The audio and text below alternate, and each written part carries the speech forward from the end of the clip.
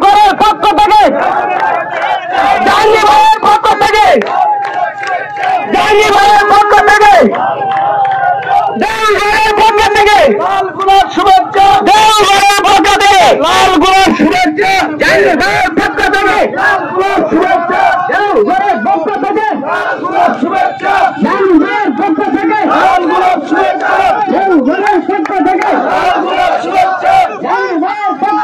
লাল গোলাপ শুভেচ্ছা দেওঘরের পক্ষ থেকে লাল গোলাপ শুভেচ্ছা জাহাঙ্গীর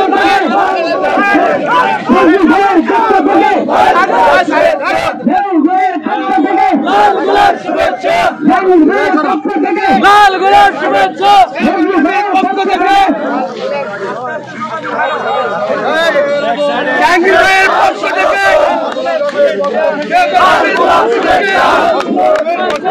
লাল গোলাপ শুভেচ্ছা লাল গোলাপ শুভেচ্ছা লাল গোলাপ শুভেচ্ছা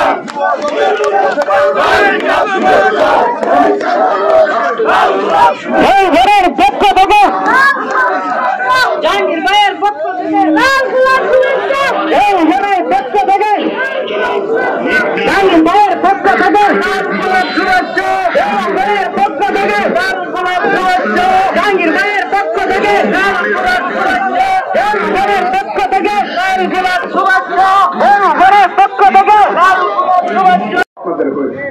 একটু কষ্ট না করলে আমি খুশি হতাম, একটু কষ্ট না করলে আমি খুশি হতাম।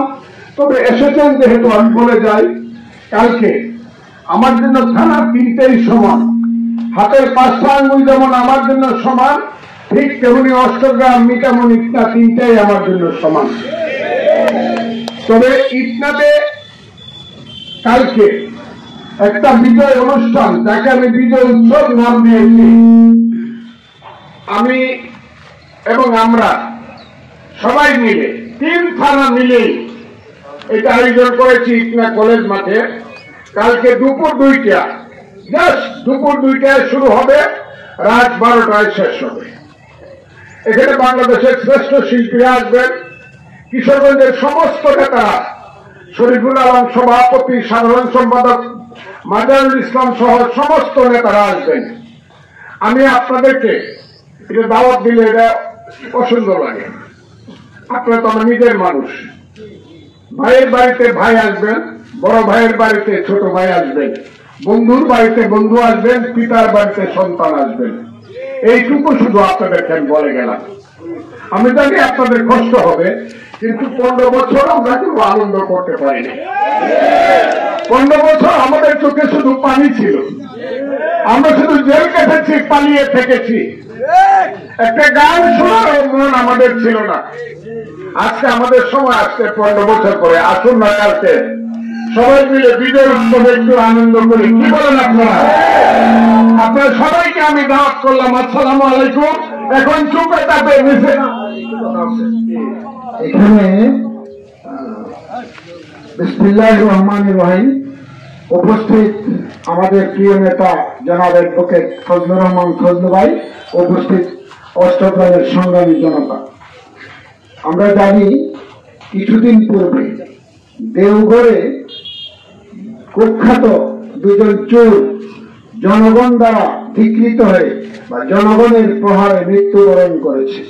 এই মৃত্যুতে আমাদের এই দেওঘরের অনেক মানুষই এখন অনেক ঘর ছাড়া, বাড়ি ছাড়া, এরা অসহায়ের মতো দিনাতে বাস করছে। বিভিন্ন দেশ থেকে চোরদের খবর শুনে মানুষ এসেছে, বিভিন্ন জেলা, বিভিন্ন গ্রাম, বিভিন্ন ওয়ার্ড থেকে। কে বা কারা অতর্কিত ভাবে চোরদেরকে হত্যা করেছে, এটা দেওঘরেরও অনেকে জানে না। এই চোররা অতীতে এত অপকর্ম করেছে, এত জঘন্য কাজ করেছে যে চোরদেরকে বিভিন্ন দেশ থেকে, বিভিন্ন জেলা থেকে লোক এসে তাদের আক্রোশ মিটিয়েছে। এখন দেওঘরের সমস্ত লোকজন তার জন্য সাফারান, তারা ক্ষতিগ্রস্ত হচ্ছে। দেওঘরের পক্ষ থেকে আমি জাহাঙ্গীরকে এই জনতার উদ্দেশ্যে তাদেরকে রক্ষা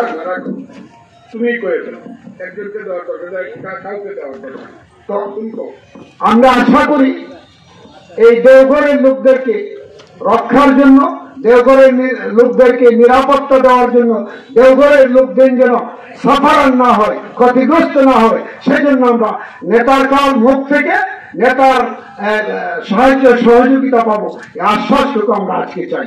ধন্যবাদ। আমি আপনাকে বলি, আমার পিছনের দ্বারায় আমি আপনাদেরকে বলি, আমি আজকে সকালেই প্রশাসনকে বলছি, এসপি সাহেবকে বলছি, ওসি সাহেবকে বলছি, সকালেই বলছি। আপনার জনাব সভাপতি সাহেব এটা জানেন, সেক্রেটারি সাহেবও জানেন। আমি একটা কথা বলি, এইটা তারাও জানে। আমি বলেছি নির্দোষ মানুষ কাউকে করবেন না, আর বিএনপির নেতা কর্মী হোক আর যে দলের নেতা কর্মী হোক, তাদেরকে কিছুতেই আপনারা হয়রানি করবেন, এই কথাটা আমি বলে দিচ্ছি। কিন্তু যদি হয় সেটা আমরা সবাই মিলে দেখবো, আমি তো দেখবই, আমি দেখবো, কোনো অসুবিধা নাই। আরে আমার তো একটা জিনিস তো আছে, সব মিললে যদি বিরোধিতা করে সরকার, তারপরে তো আমার একটা হাইকোর্ট আছে না।